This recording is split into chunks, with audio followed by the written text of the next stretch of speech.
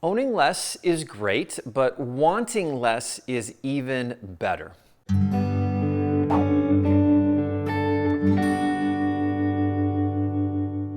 Overcoming excessive consumerism is an essential step to living a simplified life. But even more than that, overcoming consumerism is an essential step in living a focused, intentional life, one that is lived to our greatest potential. Here's some things that I've seen to be helpful in my life and in other people's lives as well. Number one, simply believe it is possible.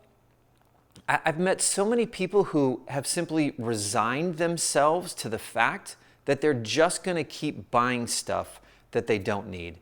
And that doesn't have to be the case. I've met hundreds, thousands of people who have decided that they are going to overcome consumerism and live it out in their life. And you can do it too, for sure. Number two, notice the benefits of owning less.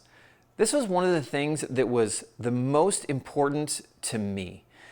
As I started minimizing possessions, as I started owning less and recognizing how my life was improving, that I had more time and more energy and less stress and more money, as I noticed those benefits in life, I had less desire to buy things that I didn't need.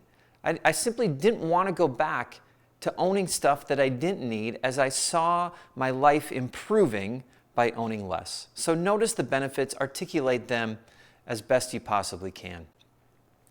Number three, become aware of the society and the culture that we live in.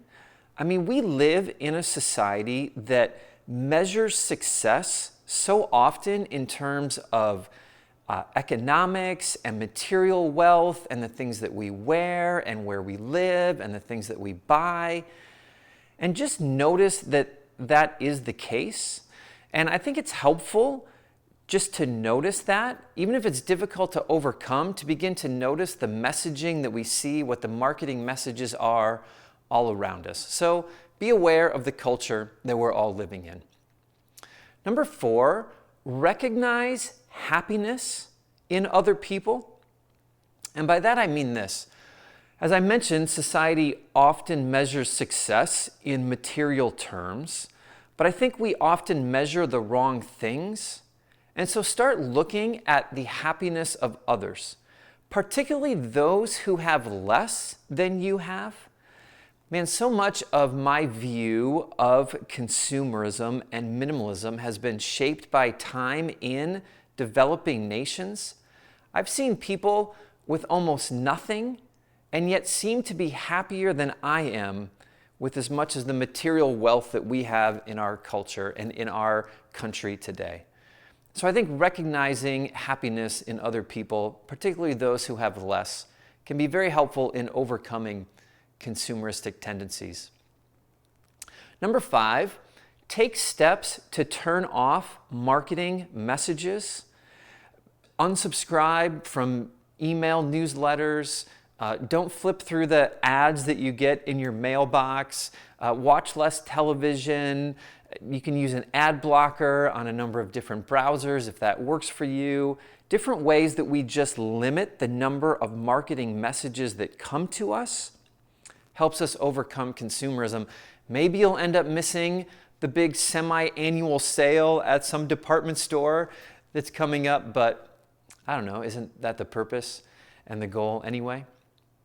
Number six, practice gratitude in life.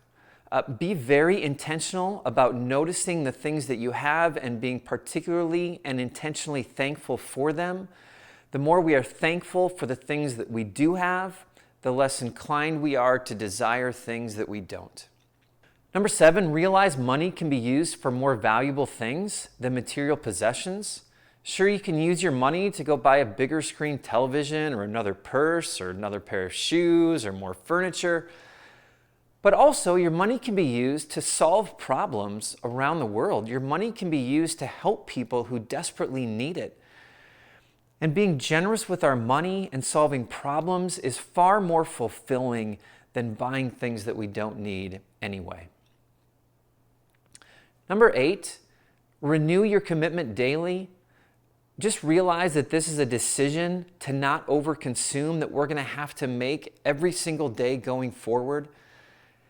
Recognize the benefits of owning less. Realize your money can be used for valuable things. And just decide today that you're never going to go back to a life of overconsumption. Owning less is great. Wanting less is even better. The sooner we remove ourselves from excess consumerism, the sooner we're able to live our truest potential and our greatest potential in life.